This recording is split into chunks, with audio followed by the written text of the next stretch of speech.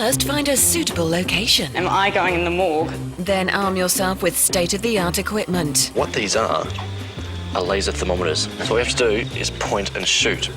But most important of all, have brave companions. I really don't want to go in here. I'm just trying to breathe. Feels like someone's actually following me. Because... Who said ghost hunting was easy? Ghost Hunt, a new series, next on Zone Reality.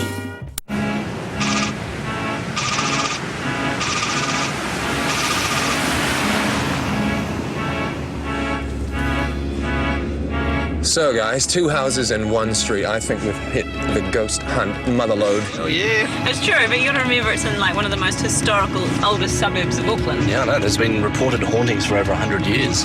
On this rainy night, we're going to spend the night in the most haunted street in Auckland.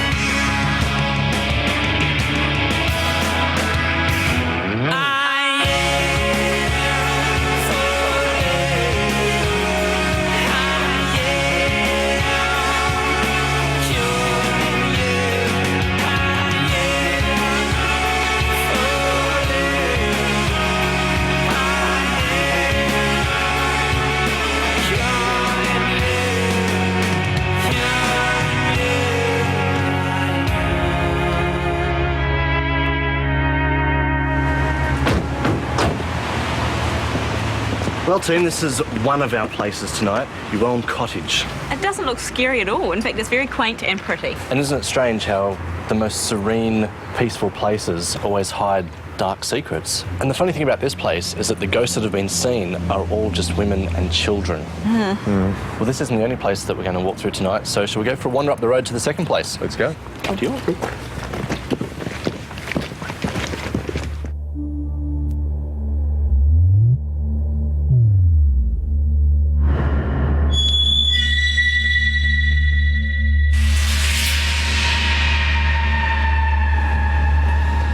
Now this, guys, is our second location, and it's Kinder House, home of the Reverend John Kinder. And the theory behind this place is no one actually knows whether the spectre, the haunted apparition that's seen, is that of John Kinder himself or something rather more sinister.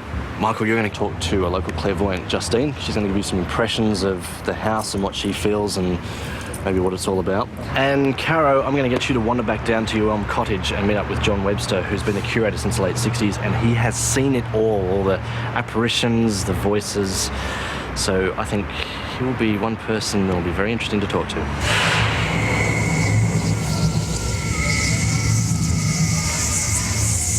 So, John, tell me about Kinder House. On the opening day, I saw what I could normally say was a dark shadow going up the steps inside the house after the opening ceremony. The next occasion, the caretakers had seen people going up the stairs, or a person. The caretaker knew a little bit about the family and concluded that it was obviously the ghost of the Reverend John Kinder's brother.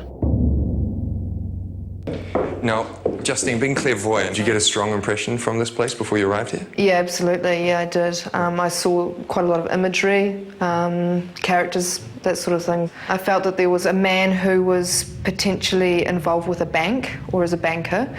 And Henry was the brother of the Reverend John Kinder. Henry had an unfortunate life. He went to Australia with his wife. And there was some tragedy involved. I also felt that there was a poisoning, that he was involved in a poisoning, in fact, a victim of poisoning, and could hear gunfire. I got the impression of an affair. Soon after arriving in Sydney, he was found in the harbour. He was poisoned and shot in Sydney, and subsequent to that his wife was arrested along with a local dentist, and they were put up for his murder. Were they having an affair? Naturally. And with his murder, it sort of supposes that it's the genesis of something that might be ghostly.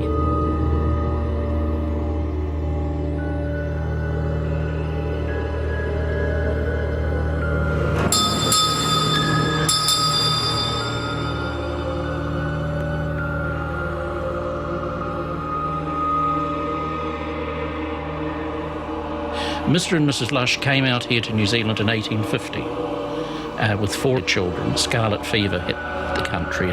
3 of the children died in a matter of 9 days. I could hear crying and a sensation of, just hopelessness. And I heard her say to me she was all alone. Well, I've personally seen females, and I've seen the things that have opened, like the cupboard doors and things. But what I haven't seen is the one that has been seen the most, and this is a young girl, supposedly with ringlets in her hair, wearing a white dress and a sash, and the latest sightings of that were from 2 children upstairs. The little girl that saw her was quite distraught and said, "I want to go back, I want to play with her." Yeah, she feels like she just wants to play. The noises were one of the few things I've heard at night time. They were in the passageway under the main light. It appeared to be 2 distinct tones of voice, and it was almost as though a conversation were going on. It was sort of suspended in midair. Hello. You're such a hard worker. Hey, whoa, what the heck are you trying to sneak past us there?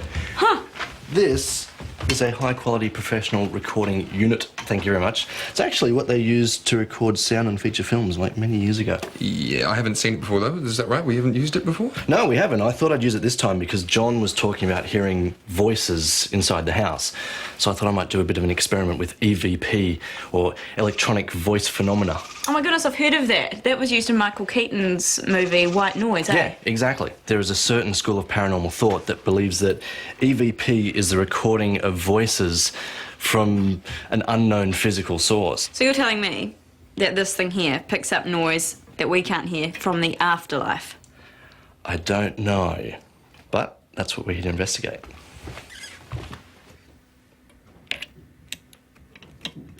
Bulk of the equipment that we use on Ghost Hunt is digital, which means that the information is digitally encoded onto the tape or the disc.